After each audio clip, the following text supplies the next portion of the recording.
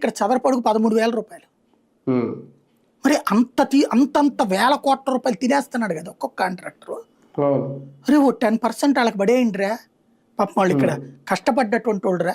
ఉమ్. ఖచ్చితంగా నువ్వు అందరినీ వద్దు, ఉమ్. కాంట్రాక్టర్ ఎవడైనా ఏం చేస్తున్నారు ఇప్పుడు, బీహారు, ఉత్తరప్రదేశ్, ఛత్తీస్గఢ్ వాళ్ళని తెచ్చుకుంటున్నారు. ఉమ్. దీనికి 3 కారణాలు. ఒకటేంటి అంటే తక్కువ గ్రూప్గా వస్తారు. అవును. ఆ గ్రూప్కి ఇప్పుడు మీరు వ్యవసాయంలో కూడా చాలా మంది రైతులు బీహార్ వాళ్ళని పిలుచుకుంటున్నారు. అవును. ఏంటంటే వాడు పొద్దున్నే పనిలో దిగిపోతాడట, అవును. సిస్టమేటిక్ గా ఏది గ్యాప్లు ఇచ్చి నాట్లేస్తాడట. ఉమ్. సిస్టమేటిక్ అగ్రికల్చర్ సిస్టమ్ నడుపుతాడు వాడు ఇంకెప్పుడు చెప్పక్కర్లేదు. ఉమ్.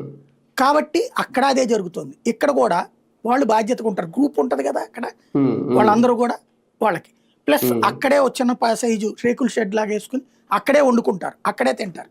అవసరమైతే ఇంకో 2 గంటలు ఎక్కువ పని చేయండి అంటే చేస్తారు. చేస్తారు. అవును. డబ్బులు ఎక్కువ ఇస్తామంటే కనుక రాత్రి పగలు చేయమనే చేస్తారు వాళ్ళు. అవును. ప్లస్ ఎక్కడ అబ్జెక్ట్ చేయరు, ఉమ్. అంటే తక్కువ కూలీకి వస్తారు. వీళ్ళకి ఇప్పుడు ఎక్కువ కష్టపడతారు.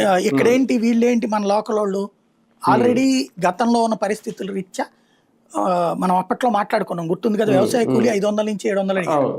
అవును. భవన నిర్మాణ కార్మికుడు 500 నుంచి 700, 1000కి వెళ్ళిపోయారు. ఉమ్. ప్లంబర్ల దగ్గర నుంచి అందరు రేట్లు పెంచేశారు. పెరిగిపోయినాయి. కాబట్టి అది అంత పెట్టడం వీళ్ళకి కాంట్రాక్టర్ ఒప్పుకోడు. అవును.